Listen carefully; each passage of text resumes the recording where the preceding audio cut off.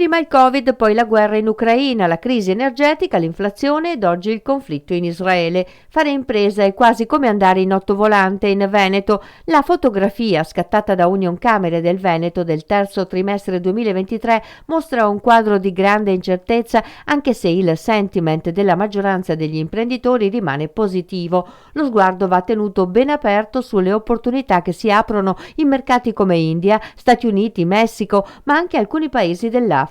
Inoltre i dati mostrano come le imprese che si sono strutturate o che hanno investito molto in dotazioni tecnologiche stiano reggendo meglio all'impatto dei grandi cambiamenti in corso. Ma direi che rispetto al sistema paese noi stiamo ancora in numeri positivi, certamente non come qualche mese fa, ma però insomma i nostri imprenditori non mollano e quindi questo ci permette di guardare anche col futuro con una certa serenità, nel senso che abbiamo fatto un'indagine dove avevamo intervistato 2000 imprese e il sentiment dei nostri imprenditori, il 45% è positivo.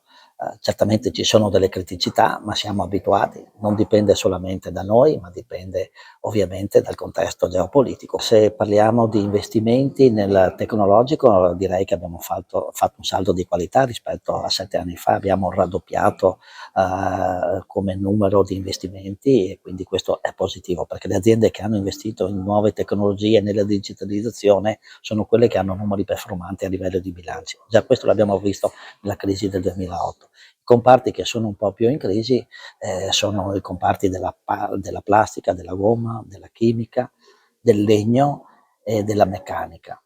Però ci sono e poi anche un po' dell'alimentare. Però fortunatamente il Veneto è un Veneto che ha tantissimi distretti, quindi c'è una compensazione. È un'economia un po' in ottovolante dal Covid in poi, con gli imprenditori che devono tenere gli occhi aperti su nuovi mercati. Sì, nuovi mercati, noi abbiamo ovviamente la nostra società in house che è Venice Promex e ci sono tanti mercati che ancora possono dare delle soddisfazioni alle nostre imprese, i mercati asiatici, ma gli Stati Uniti lo stesso, anche l'America Latina.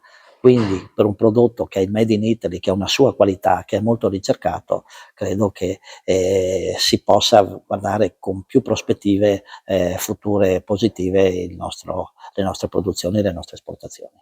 È stato un grande turnover anche di aziende, dai dati che avete mostrato. Beh sì, c'è stato un turnover soprattutto su alcuni settori, ad esempio sul settore del commercio, della ristorazione, perché il Covid ha segnato molto questo comparto, è cambiato molto il modo anche di vivere.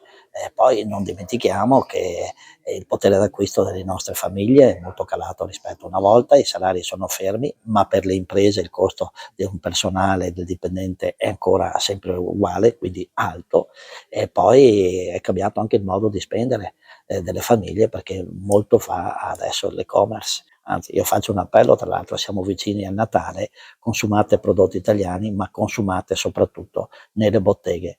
Pagheremo qualcosa in più, ma però salveremo, perché quando chiudi una bottega vediamo subito quanto è brutto la nostra via e quanto disordine c'è nelle vie. La bottega aperta è segno di vita, di socialità e questo bisogna tenerlo presente e bisogna educare anche i nostri giovani su questo.